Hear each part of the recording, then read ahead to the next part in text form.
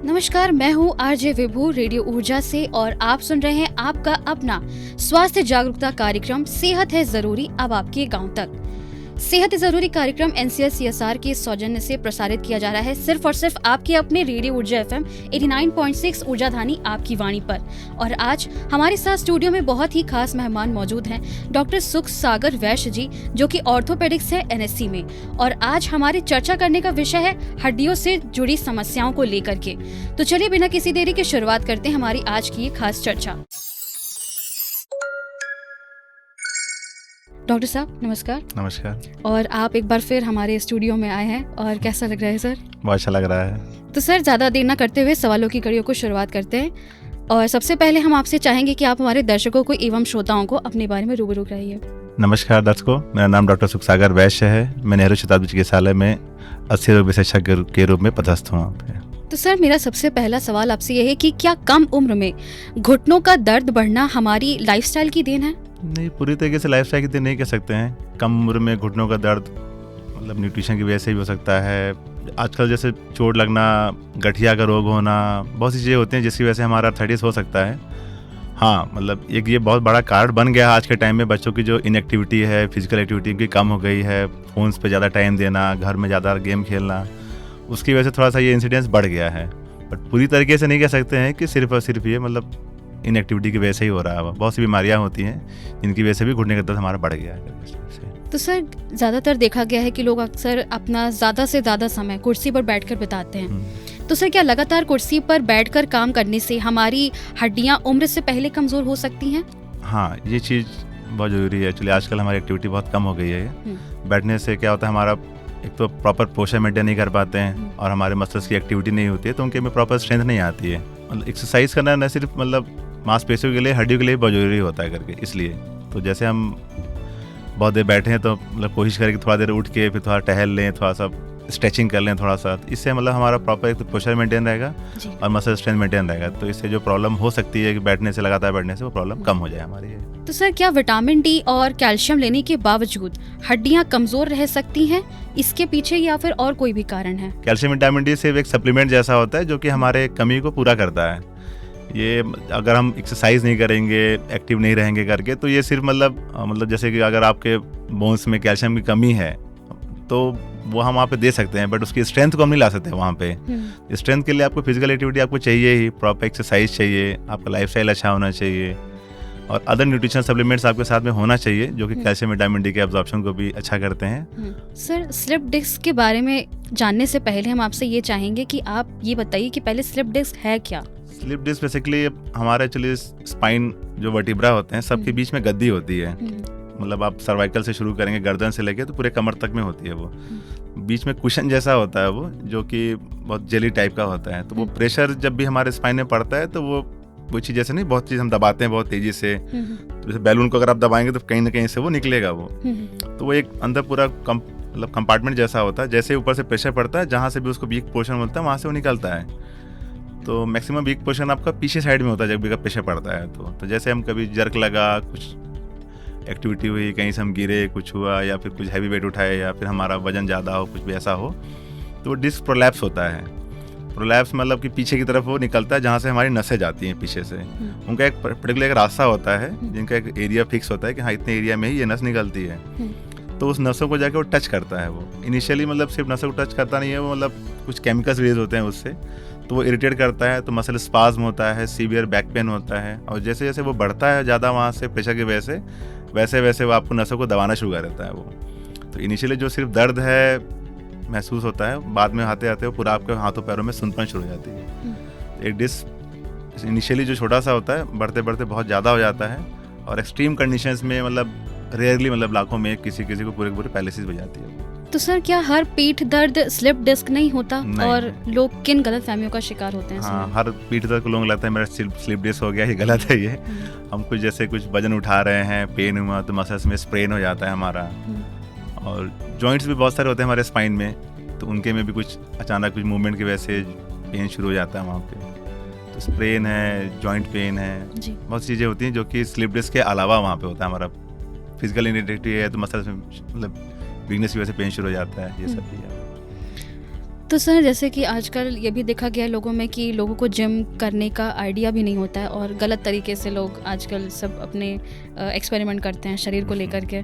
तो सर तो क्या गलत तरीके से जिम करना भविष्य में गंभीर ऑर्थोपेडिक समस्याएं पैदा कर सकता है? किसी पार्ट के लिए एक्सरसाइज कर रहे हैं प्रॉपर, जैसे बहुत लोग शोल्डर के लिए करते हैं, नेक के लिए करते हैं, काफ मसल थाई के लिए करते हैं, बैक के लिए करते हैं, तो वो प्रॉपर गाइडेंस में ही होना चाहिए। वो बिना गाइडेंस के अगर आप एक्सरसाइज करेंगे तो फिर वो आपके लिए हार्मफुल होगा, फायदे से ज़्यादा नुकसान करेगा। वो जिम करना ठीक है, अच्छा करना चाहिए, बट प्रॉपर तरीके से करना चाहिए। जैसे आप अगर आपका बैक का प्रॉब्लम है तो आपको ध्यान देना कि नहीं, मुझे कोई ऐसी एक्टिविटी नहीं करनी है जिससे कि आपका डिस्क प्रोलैप्स हो, प्रेशर बहुत ज़्यादा पड़े, प्रिकॉशन लेना है। जैसे आप वहाँ पे आजकल बेड यूज़ करते हैं, सब यूज़ करना है विद प्रिकॉशन और प्रॉपर गाइडेंस, तभी आपको जिम करने से कोई फ़ायदा है। अदरवाइज सिर्फ बॉडी बिल्डिंग के हिसाब से अगर आप सोचेंगे तो आपको बहुत दिक्कत होगी आगे जाकर उसके लिए। तो सर आजकल बच्चों में ये चीज़ देखी गई है, बच्चे आजकल भारी बैग उठाते हैं जिस वजह से उनके पीठ पे काफ़ी प्रेशर पड़ता है। तो सर क्या बच्चों का भारी स्कूल बैग उनकी रीढ़ के विकास पर असर करता है? कुछ अभी ऐसा स्टडी में कुछ ऐसा तो आया नहीं है, बट फिर भी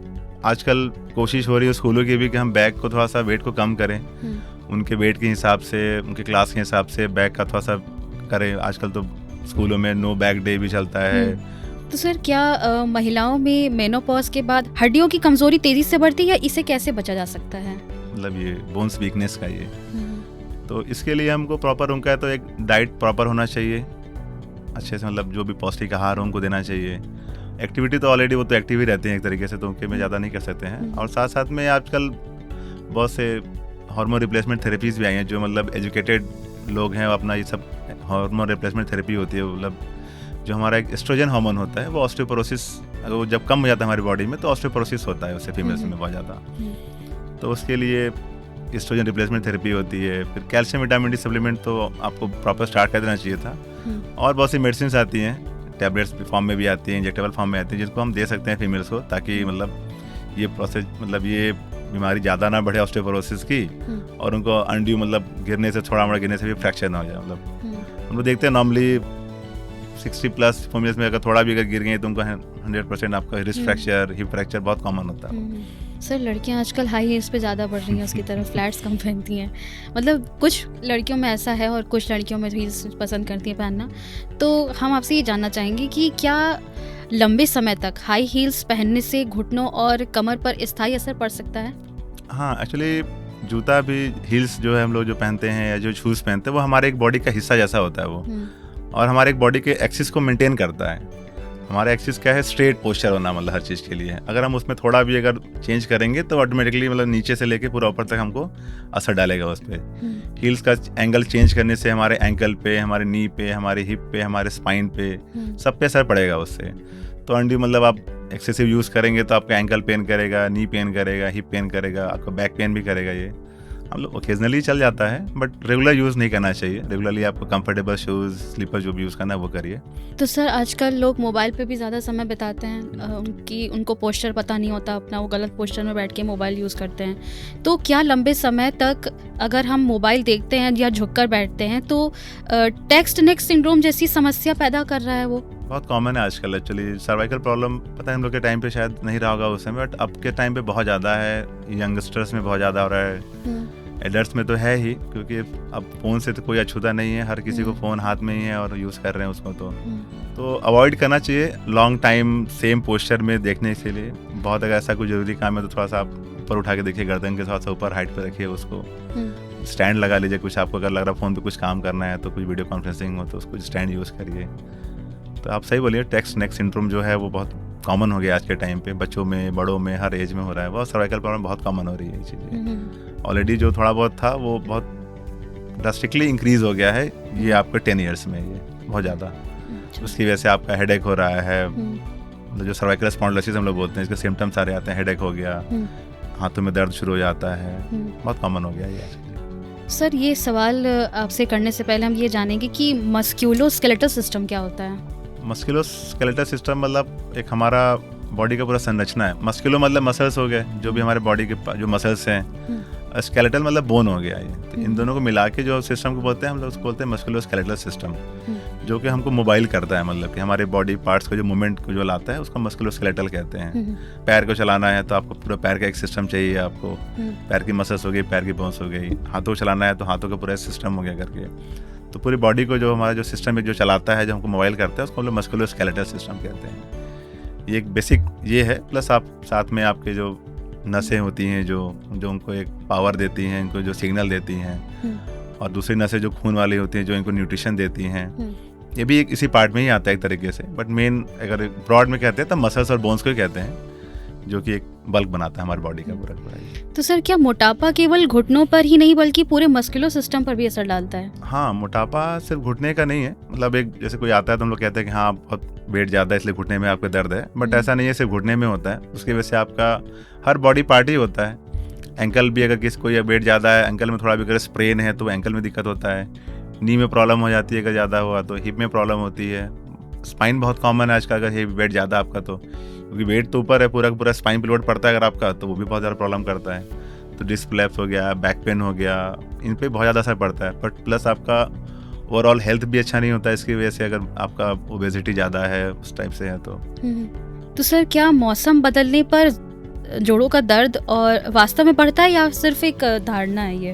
हाँ, लोग बहुत से आते हैं किसी मौसम में, बोलते हैं कि अच्छा था दर्द बढ़ गया, पूर्वैया हवा चली या पश्चिम से कुछ हवा आई तो दर्द हमारा बढ़ गया करके।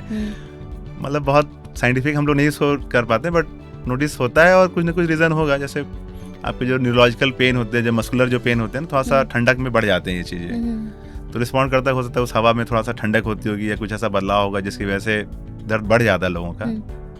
तो पूरी तरीके से ना भी नहीं कह सकते हैं, और बहुत हमारी अब तक हम लोग कभी लिटरेचर में इस चीज़ के बारे में स्टडी नहीं किया है, तो कोई साइंटिफिकली प्रूफ नहीं है इसका कि हाँ एकदम एग्जैक्ट है रीज़न इसका, बट कुछ तो है रीज़न कि पेन तो होता है लोगों को, और आते हैं और बोलते भी करके हैं इस टाइप से। सर जैसे कि अगर हम देखें कि जो आजकल के जो एजेड बुजुर्ग लोग हैं, वो उनको ज़्यादा ठंडक बर्दाश्त नहीं होती है, वो ज़्यादा देर एसी में नहीं रह सकते और उनकी हड्डियां जकड़ने लगती हैं या दर्द करने लगती हैं, तो हम ये जानना चाहेंगे कि क्या कारण हो सकता है इसका, कि क्यों होता है ऐसा? ओल्ड एज में एक्चुअली हमारा मसल स्ट्रेंथ बहुत ज़्यादा नहीं होता है एक्चुअली, मतलब मसल्स पूरी हमारी वीक हो जाती हैं, वेस्ट हो जाती हैं, और बोन्स की क्वालिटी बहुत अच्छी नहीं रहती है करके।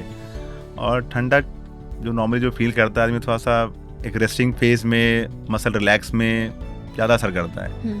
तो यंग्स में क्या होता है, मसल का टोन थोड़ा सा अच्छा रहता है, टाइट मतलब प्रॉपर होता है, तो वो मतलब उस चीज़ को बियर कर लेते हैं, एक्टिविटी ज़्यादा रहती है तो गर्म रहता होगा। ओल्ड एज में थोड़ा सा उनका मसल स्ट्रेंथ बहुत कम रहता है, तो एक्टिविटी उतना ज़्यादा नहीं रहती है करके, तो हो सकता है इसकी वजह से वो प्रॉपर उसको टॉलरेट नहीं कर पाते हैं जितना कि यंग लोग कर लेते हैं टॉलरेट। मसल स्ट्रेंथ वीकनेस की वजह से ही रीज़न हो सकता है, प्लस ओवरऑल आपका बॉडी का इम्यूनिटी थोड़ा सा लो हो जाता है, न्यूट्रिशन उतना अच्छा नहीं रहता है करके, तो टॉलरेट नहीं कर पाते होंगे बहुत अच्छे से। तो सर आप क्या सजेशन देना चाहेंगे कि हम कैसे अपनी हड्डियों को मजबूत रख सकते हैं? देखिए, मेन डाइट बहुत इंपॉर्टेंट है, फिजिकल एक्टिविटी बहुत इंपॉर्टेंट करके है, और न्यूट्रिशनल सप्लीमेंट आपका अच्छा होना चाहिए उस चीज़ को लेके। तो यही है, फिजिकल एक्टिविटी और आपका लाइफस्टाइल, ये अगर अच्छा रहेगा आपका तो आप आराम से चीज़ों को आगे मेंटेन कर सकते हैं। चाहे आप यंग हो, चाहे ओल्ड हो, फीमेल हो, मेल्स हो, ये चीज़ें अगर मेंटेन करेंगे तो बहुत अच्छा रहेगा। प्लस आपका एक स्लीप भी अच्छा होना चाहिए, ताकि आप सब कुछ अच्छा है। अगर आप स्लीप डिप्राइव्ड हैं, प्रॉपर सो नहीं रहे हैं, तो फिर वो आपको मेंटली स्ट्रांग नहीं रखेगा करके। तो सर क्या बार बार होने वाले छोटे छोटे फ्रैक्चर किसी गंभीर बीमारी का संकेत हो सकते हैं? बार बार फ्रैक्चर होना अच्छा चीज़ नहीं होता है एक्चुअली। जैसे अगर बच्चों में हो रहा है करके तो कोई ना कोई मतलब इंटरनल पैथोलॉजी ही होगी।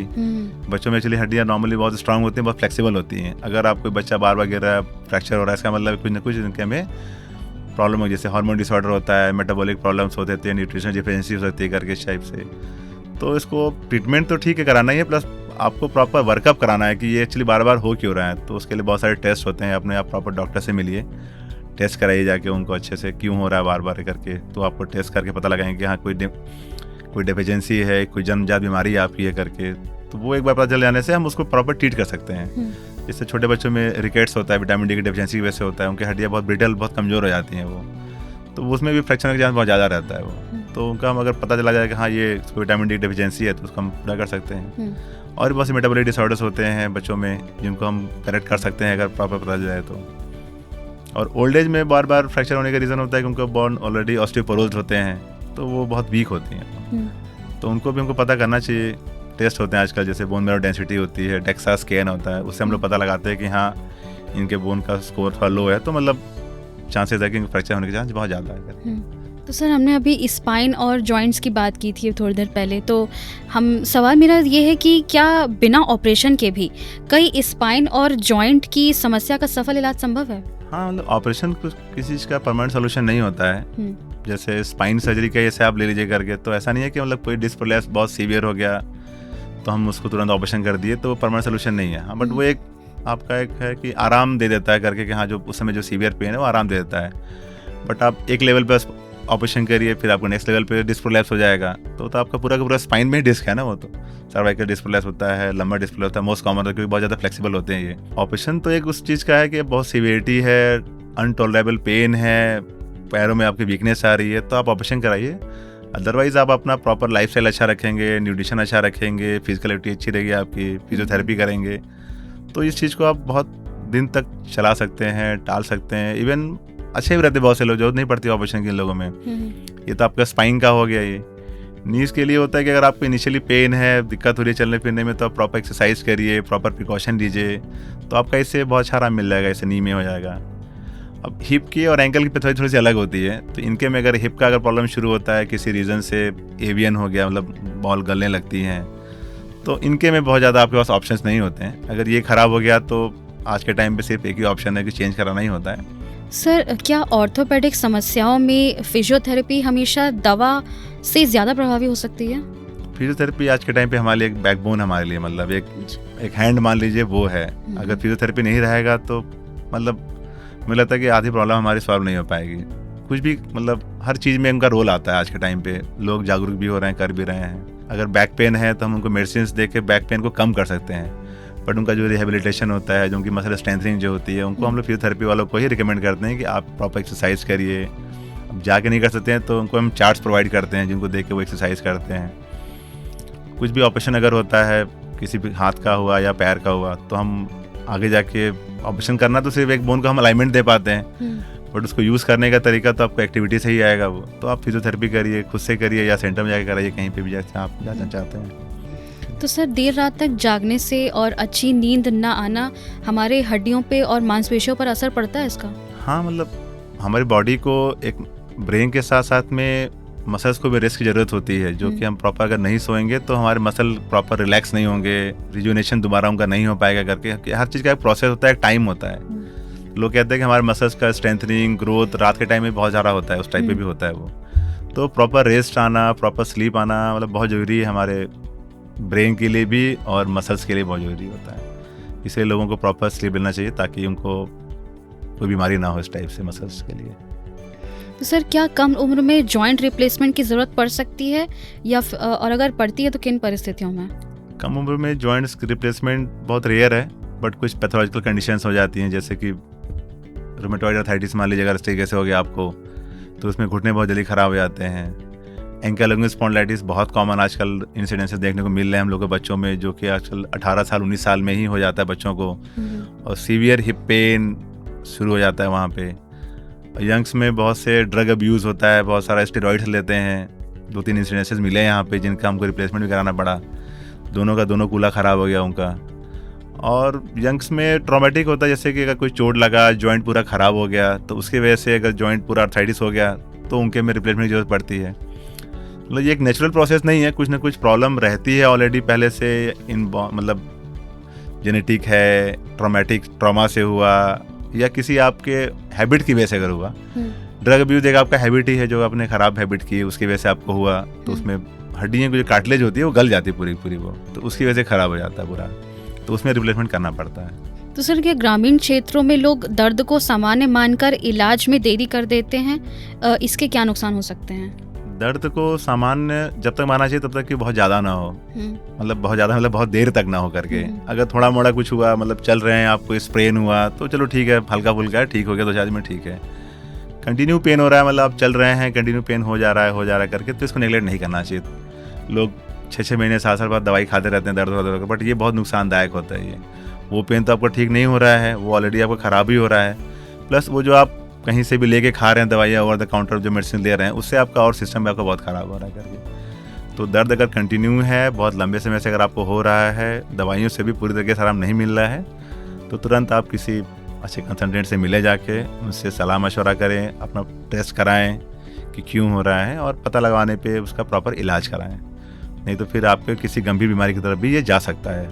सर, जैसे कि आजकल खेलकूद में भी बच्चों को चोट लग जाती है, तो खेलकूद के दौरान होने वाली चोटों को नज़रअंदाज करना भविष्य में स्थायी नुकसान पहुंचा सकता है? ये सही कह रही हैं आप। अगर खेल कूद में चोट लगा, कंटिन्यू हो रहा है, जैसे हम लोग बोले पेन हो रहा है, छोड़ दे रहे हैं करके, तो बच्चों में बहुत कॉमन हो रहा है। जैसे एंकल स्प्रेन हो जा रहा है, बहुत लेट तक चलता रहता है, वो क्रोनिक पेन जैसा बन जाता है वो, तो वो एक लाइफ टाइम पेन होता है। क्योंकि अगर लिगामेंट्स हो गए, कार्टिलेज हो गया, डैमेज हो गया आपका, वहाँ का टेंडन्स हो गए, कुछ इंजरी हो गई वहाँ पे, तो वो मतलब उसको प्रॉपर आपको रेस्ट चाहिए, प्रॉपर आपको ट्रीटमेंट चाहिए। जरूरी नहीं कि हर बीच चीज़ में आपको ऑपरेशन ही करना पड़े वहाँ पे, बट आपको नी में अगर स्पेन हुआ है, दौड़ रहे हैं, कुछ नी ट्विस्ट हुआ करके, अगर आप प्रॉपर उसका टेस्ट करा लिए, MRI करा लिए या एक्सरे करा लिए, कुछ लगा ऐसा दिक्कत है, तो उसको हम प्रॉपर इमोबिलाइज करते हैं, उसके बाद से मेडिसिन देते हैं ताकि वो ठीक हो जाए। वो एंकल में भी ऐसा ही होता है, एंकल में बहुत कॉमन स्प्रेन होता है जो लोग नेगलेक्ट कर देते हैं। तो ज़रूरी है कि जब भी ऐसा कुछ हो तो प्रॉपर आप एक गाइडेंस लें, डॉक्टर के पास जाएँ, उनको लगे कि हाँ कुछ रेस्ट चाहिए तो